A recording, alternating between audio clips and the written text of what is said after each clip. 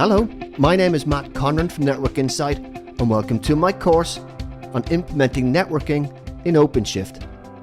I'm a lead network and security architect, and I'm based in Dublin, Ireland. In this course, we'll be discussing the key areas to implement networking in an OpenShift environment.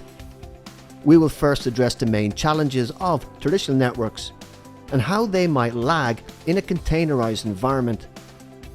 Containerized technologies are dynamic and complex that require a new approach to networking.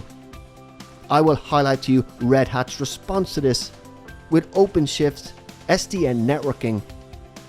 We will then dig deeper into the components of an SDN network, and I'll highlight the key two layers of networking and the Kubernetes CNI model of operation. We will then address how to expose applications with routes and services. Finally, we will examine the different types of operators and their role in OpenShift.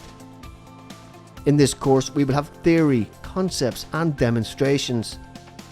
By the end of this course, you will have a solid understanding of how to implement networking in an OpenShift environment. I hope you'll join me on this journey to learn implementing networking in OpenShift course at Pluralsight.